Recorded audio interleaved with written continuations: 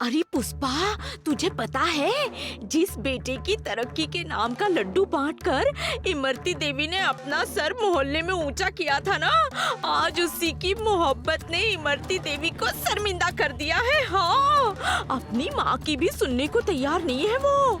और उधर देख अंबी को, कामिनी को बेहोश करके उसने अपने इरादे जता दिए हैं नीतू को। और वहाँ अनुज माला तो अपना अलग ही दुख बांट रहे हैं। अरे और सुनना, बिमला और श्रीचंद की तसल्ली भी इमरती को ताना लग रही है। वो दोनों आज की बात कर रहे हैं और इमरती है कि बीते कल की सोच में डूबी कोई नया फैसला ले रही है। चल देखते हैं, ये फैसला शायद इस घर की मायूसी को दूर कर दे। अरे चल ना।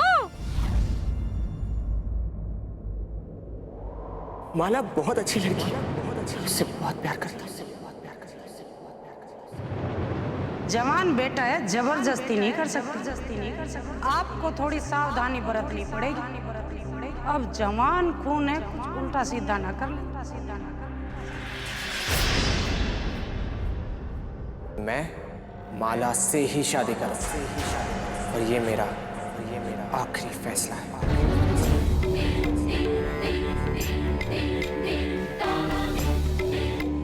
कहते हैं कि जब सोच गहरी होवे है तब फैसले कमजोर पड़ जावे हैं ना। अब हमें और न सोचना है।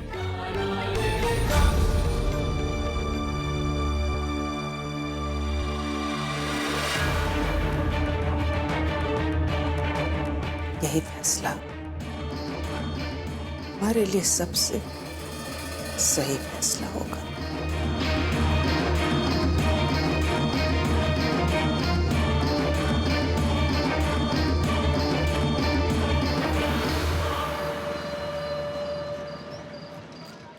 अरे आराम से आराम से।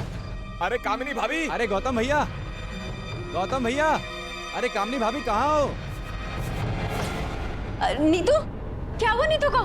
पता नहीं, ये हमें इमली के पेड़ के नीचे बेहोश मिली।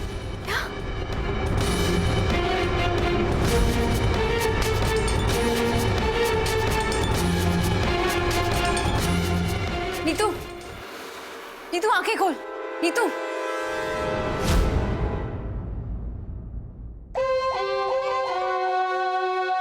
क्या हुआ इसे? वो इमली लेने गई थी ना, वहीं पे गिर के बेहोश हो गई। हाय, मेरी फूल सी बच्ची। क्या हो गया? क्या हो गया बेटा? मैं इसे हमेशा कहती रहती हूँ कि घर के काम ना किया कर। ये पता है, अपनी ही मर्जी से हमेशा काम करती रहती है, मेरी कोई बात नहीं सुनती। नीतू बेटा क्या हुआ? देखे ना क्या हो गया। तुम अचानक से कैसे गिर गई बेटा? पता नहीं पापा, मैं तो बस इमली तोड़ने गई थी और वहां पे अचानक से एक बूढ़ी दादी आ गई। वो मुझसे बातें करने लगी और आगे बढ़ के उन्होंने अपना हाथ मेरे सिर पे रखा। बस पापा, इसके बाद मुझे और कुछ याद नहीं है। लोग कहते हैं उस पेड़ के नीचे कोई साया घूमता है, उस साये की परछाई पड़ गई है।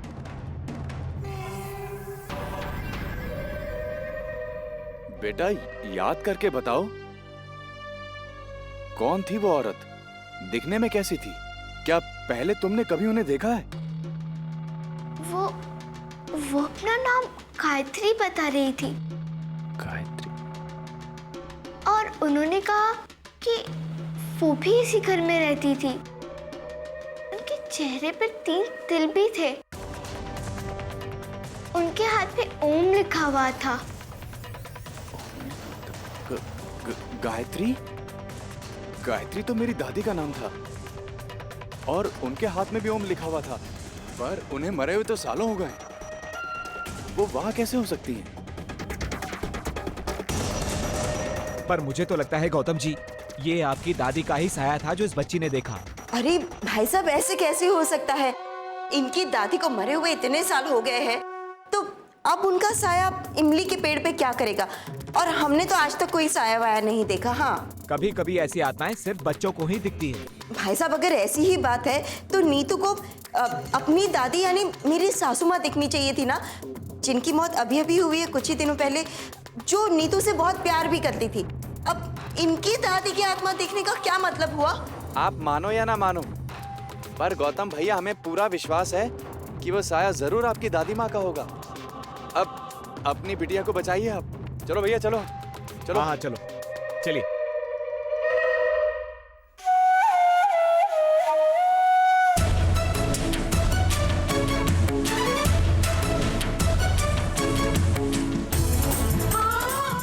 तुम्हें सबक सिखाने का अभी सिर्फ बीज बोया है कामिनी। आगे आगे देखना क्या क्या होता है।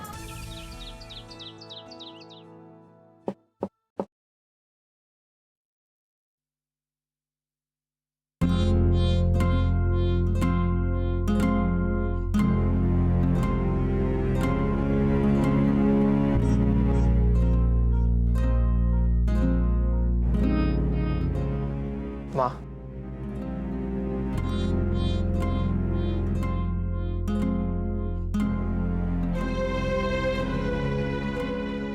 तुम्हें याद है माँ, एक दिन मैंने तुमसे झूठ बोलकर स्कूल के दोस्तों के साथ फिल्म देखने गया था। तुम मुझसे बहुत नाराज हुई थी।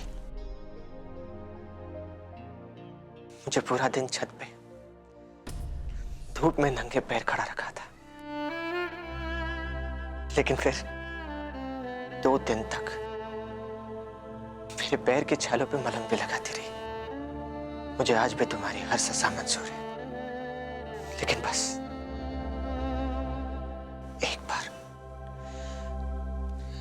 एक बार मेरे खातिर माला से मिल लो।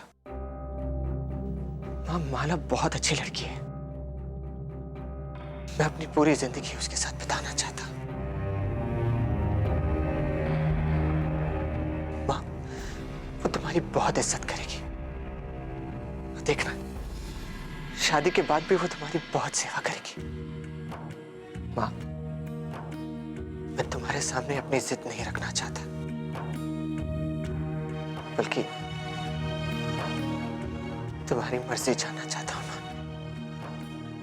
माँ, माँ कुछ तो बोलो ना, ऐसे चुप क्यों? जवाब दो माँ।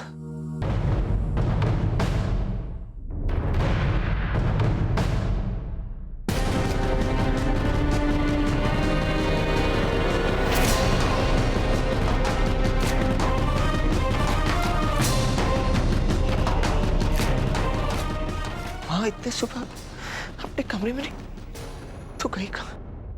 पता नहीं अनुज भैया, आप तो मेरा नेचर जानते हो। माँ जी ने कहा मुझे अकेले छोड़ दो, तो मैं चुपचाप अपने कमरे में जाकर सो गई। अनुज भैया, माँ जी के कमरे से ये चिट्ठी और उनकी ये चाबियां।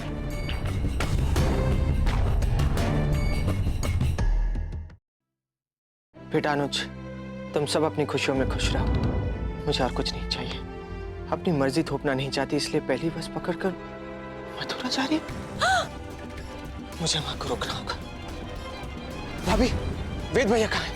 वो तो आगरा गए 2 दिनों के लिए पेमेंट लेने के लिए। कुसुम भाभी, माँ के नंबर पे ट्राई करते रहो, मैं बस स्टॉप जाके आता हूँ।